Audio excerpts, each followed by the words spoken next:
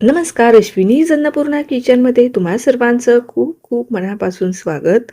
येत्या काही दिवसातच गुढीपाडवा येणार आहे आणि गुढीपाडव्याला ना बरेच जण पुरणपोळी न करता मस्त अशी बासुंदी किंवा श्रीखंड बनवतात. तर आज आपण गुढीपाडवा विशेष मस्त अशी दाटसर बासुंदी बनवणार आहोत. परंतु ही बासुंदी पहा ना, अगदी मस्त अशी दाटसर तयार झालेली आहे. यासाठी ना एक खास ट्रिक वापरायची आहे. त्यामुळे अगदी दाटसर अशी बासुंदी आपली घरीच तयार होणार आहे, तेही मार्केटसारखी आणि चवीमध्ये ना अगदी पारंपरिक जशी बासुंदी असते ना, अगदी त्याच चवीची तयार होणार आहे. आणि दूध आपल्याला आटवत बसवायची सुद्धा गरज लागणार नाही. बऱ्याचदा बासुंदी बनवायचं म्हटले की काहींना टेन्शन येतं, दूध जास्त आटवावं लागणार आहे. अजिबात जास्त दूध न आटवता अगदी पटकन तयार होणारी ही बासुंदी आहे. चवीला सुद्धा अगदी पारंपरिकच आहे. चला तर मग वेळ न घालवता लगेचच आपल्या रेसिपीला आपण सुरुवात करूया. रेसिपी नेहमीप्रमाणेच अगदी साधी, सिंपल, सोपी आहे. त्यामुळे तुम्हाला नक्कीच आवडणार आहे. तर त्यासाठी रेसिपीला एक लाईक जरूर करा. तर सगळ्यात अगोदर पहिली टिप मी इथे देत आहे. बासुंदी बनवताना ज्या ज्या टिप मी इथे सांगणार आहे, अगदी काळजीपूर्वक लक्षात घ्या आणि तशीच बनवा. आता इथे कढाई आपल्याला थोडीशी एक पसरट भांडं घ्यायचं आहे किंवा अशी कढाई असेल ना ती घ्यायची आहे. पसरट भांड्यामध्ये दूध लवकर उकळलं जातं आणि आटवत बसवायची गरज लागत नाही. खाली ना तळाला थोडंसं पाणी टाकायचं. त्यापूर्वी कढाई थोडीशी ओली करून घ्यायची आहे. असं का करायचं? कारण जे दूध आहे ना ते तळाला लागू नये याकरता. आता दूध मी कुठलं घेतलेलं आहे, तर हे मी फुल फॅट क्रीम म्हशीचं दूध घेतलेलं आहे. बासुंदी बनवताना ना शक्यतो फुल फॅट क्रीम म्हशीचंच दूध घ्या. गाईचं पातळ दूध घेऊ नका, कारण तितकी दाटसर बासुंदी त्याची होत नाही किंवा आटवत बसवायला जास्त वेळ लागतो. त्यामुळे शक्यतो घेताना फुल फॅट क्रीम म्हशीचं दूधच घ्यायचं आहे.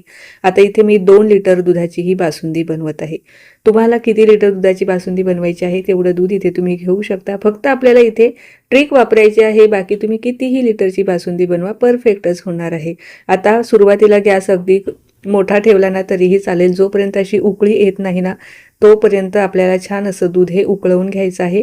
आणि साईडला जी मलाई जमा होते ना, ती आपल्याला ह्या दुधामध्येच मिसळायची आहे, जेणेकरून मस्त अशी आपली रवाळ अशी टेक्स्चर ह्या बासुंदीला येणार आहे. आता साधारणतः आपल्याला हे दूध किती आटवावं लागणार आहे? एक 20 ते 25% दूध कमी होणार आहे. एवढं तरी आपल्याला हे दूध आटवायचं आहे. तर दूध आता इथे आटलेलं आहे. तर तुम्हाला इथे दिसतच असेल, साईडची जी मलाई आहे ना, ती मी मस्त ह्या दुधातच मिसळून दिलेली आहे. आता ह्या बासुंदीला ना छान असं क्रीमी आणि थोडंसं दाटसरपणा यावा, कारण बऱ्याचदा बासुंदी जी आहे ना, खूप जास्त दूध आटवावं लागतं. तर त्यासाठी ही जी ट्रिक आहे ना, मी इथे अर्धा चमचा कॉर्नफ्लॉवर घेतलेलं आहे. त्यामध्ये थोडंसं थंड दूध साईडला मी ठेवलेलं होतं, ते आपल्याला यामध्ये मिसळायचं आहे. जर तुम्ही 1 लिटर दुधाची बनवणार असाल ना, त्यामध्ये आपल्याला पावच चमचा कॉर्नफ्लॉवर घालायचा आहे. यापेक्षा जास्त घेऊ नका. 1 लिटरसाठी पाव चमचा, 2 लिटरसाठी अर्धा चमचा असं कॉर्नफ्लॉवर घेतलेलं आहे. जर तुम्हाला हे कॉर्नफ्लॉवर यामध्ये स्किप करायचं असेल तर पूर्णपणे स्किप करू शकता. परंतु मी याकरता घातलेलं आहे की आपल्याला दूध जास्त आटवावं लागणार नाही आणि दुधाला छान असा घट्टपणा लवकर येईल. याकरता मी यामध्ये कॉर्नफ्लॉवर घातलेला आहे. आणि पटापट विस्करने आपल्याला जेव्हा दुधामध्ये टाकून मिसळून द्यायचं आहे, तर कॉर्नफ्लॉवर टाकल्याच्या नंतर दुधाला लगेच घट्टपणा आलेला आहे. आता हे जरा वेळासाठी साईडला ठेवून देऊया. दुसऱ्या गॅसवरती कमी गॅस करून आपल्याला हे दूध साईडला ठेवायचं आहे.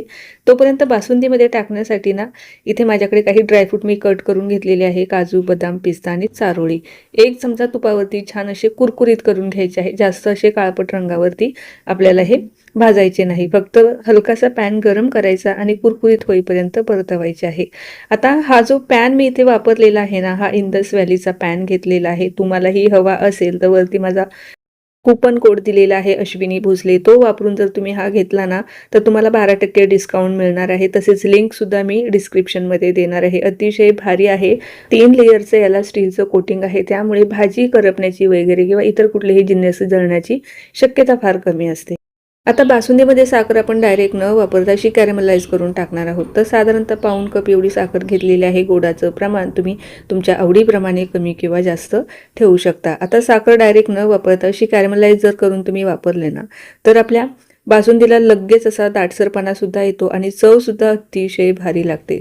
साखर कॅरमलाइज करताना ना गॅस अगदी कमी ठेवायचा आहे. मोठ्या गॅसवरती कॅरमलाइज करू नका. रंग बदलला की खूप जास्त डार्क होते. आता त्यानंतर जे बासुंदीचं दूध आपण आटवलेलं होतं ना, त्यातलेच 3 ते 4 चमचे दूध आपल्याला ह्या साखरेमध्ये घालायचं आहे. जेव्हा आपण दूध घालू ना, त्यावेळेला गॅस पूर्णपणे कमी करायचा आहे, कारण अंगावरती दूध उडण्याची शक्यता असते त्याकरता. तर छान व्यवस्थित मी हे साखर दुधामध्ये व्यवस्थित मिक्स करून घेतलेली आहे. रंग तर किती छान आलेला आहे, इथे तुम्हाला दिसतच असेल. अजून छान टेस्ट यावी ना याकरता मी इथे साधारणतः 50 ग्रॅमच्या आसपास फ्रेश खवा घेतलेला आहे. खव्यामुळे अजूनच छान आपली बासुंदी तयार होणार आहे. खवासुद्धा डायरेक्ट बासुंदीमध्ये न टाकता असं आपण हे कॅरमलाइज केलेलं दूध आहे ना, त्यामध्ये काही सेकंदासाठी शिजवून घ्यायचं आणि हे जे दूध आहे हे आपण बासुंदीमध्ये टाकणार आहोत. तर ह्या रंगावरून तर तुम्हाला अंदाज आलाच असेल. जेव्हा आपण बासुंदीमध्ये टाकतो ना, अगदी पारंपरिक जशी बासुंदीची जी चव असते ना, अगदी तशीच येणार आहे. काहीही बदल आपल्या बासुंदीमध्ये होत नाही. उलट त्यापेक्षाही भारी चव लागते. नेहमीच्या बासुंदीपेक्षा थोडीशी वेगळी आहे. नक्की ट्राय करून पहा. सोपीसुद्धा आहे. आणि हे दूध आटवायला म्हणाल ना, साधारणतः मला 12 ते 15 मिनिटं एवढा वेळ लागलेला आहे. तर हे माझं 2 लिटर दूध होतं म्हणून मला एवढा वेळ लागलेला आहे. तुम्हाला साधारणतः 8 ते 9 मिनिटं किंवा जास्तीत जास्त 10 मिनिटामध्ये तुम्ही ही बासुंदी बनवू शकता. यामध्ये जे आपण सुरुवातीला फ्राय करून घेतलेले ड्रायफ्रूट आणि जे माव्याचं आणि साखरेचं मिश्रण आहे ते आपल्याला ह्यामध्ये घालायचं आहे. आणि यानंतर आपल्याला अजिबात जास्त शिजवायची नाही, कारण साधारणतः 2 ते 3 सेकंद मोठ्या गॅसवरती आपल्याला सतत ढवळत असं हे मिश्रण फक्त मिक्स करायचं आहे. लगेचच दाटसरपणा आपल्या बासुंदीला येतो. रंग तर अतिशय भारी आलेला आहे. आता यामध्ये ना बऱ्याच जणांना वेलची पावडर आवडते, परंतु मला ना अतिशय साधी सिंपल आवडते, त्यामुळे यामध्ये मी वेलची जायफळाची पावडर घातलेली नाही. तुम्हाला आवडत असेल तर पाव चमचा तुम्ही इथे वेलची जायफळाची पूड घालू शकता. तर हे पहा, अगदीच दाटसर अशी आपली ही बासुंदी तयार झालेली आहे. जेव्हा आपण साखर कॅरमलाइज करतो ना, ती जेव्हा बासुंदीमध्ये टाकली की लगेच बासुंदीला घट्टपणा यायला लागतो आणि आपण डायरेक्ट साखर वापरली तर घट्टपणा येण्याऐवजी ना पातळ होण्याचे चान्सेस जास्त असतात. त्यामुळे डायरेक्ट साखर न वापरता अशी कॅरमलाइज करून नक्की वापरा. आता ही आपली छान शिजलेली आहे. यापेक्षा जास्त आपल्याला शिजवण्याची गरज नाही. आता गॅसवरून उतरवून घेऊया. आता ही जशी थंड होत जाणार ना, अजूनच खूप जास्त घट्ट होत जाणार आहे. तर हे पहा, आता तर एवढी घट्ट झालेली आहे. आता ही गरम गरम खाण्यामध्ये इतकी मजा नसते जितकी थंड बासुंदी खायला मजा येते. तर आता ही मी अर्ध्या तासासाठी किंवा तुम्हाला जेव्हा खायची असेल ना त्यावेळेला फ्रीजमधून काढून तुम्ही ही खाऊ शकता. त्यासाठी ह्या पातेल्यामध्ये ओतून घेते आणि फ्रीजमध्ये अर्धा ते 1 तास ठेवून देते. म्हणजे छान अशी थंड झाली की खायला सुद्धा छान लागणार आहे. आता अर्ध्या तासानंतर बासुंदी जी आहे ना तुम्हाला दाखवते. अगदी छान अशी दाटसर घट्ट ही बासुंदी तयार होते. अगदीच मार्केटमध्ये जशी रबडी मिळते ना, अगदी तशीच आपली ही बासुंदी तयार झालेली आहे. यापेक्षा जर तुम्हाला पातळ हवी असेल ना, तर तुम्ही थोडंसं कमी अटवा किंवा कॉर्नफ्लॉवरचं प्रमाण कमी ठेवा. तुम्हाला कॉर्नफ्लॉवर यामध्ये जर अजिबात घालायचं नसेल तर ते सुद्धा न वापरता अशीच बासुंदी तयार होणार आहे. फक्त साखर कॅरमलाइज करा आणि त्यामध्ये खवा वापरा. आणि खवा जरी नसेल ना, 2 ते 3 पेढे जे असतात ना ते सुद्धा तुम्ही यामध्ये घालू शकता. त्याने सुद्धा अगदी परफेक्ट अशी बासुंदी तुमची तयार होणार आहे. आता टेक्स्चरवरून तर तुम्हाला अंदाज आलाच असेल, एकदम रवाळ दाणेदार अशी आपली ही बासुंदी तयार झालेली आहे. तर ज्या सांगितलेल्या टिप्स आहे ना त्या नक्की वापरा आणि अशी बासुंदी ह्या गुढीपाडव्याला नक्की बनवा.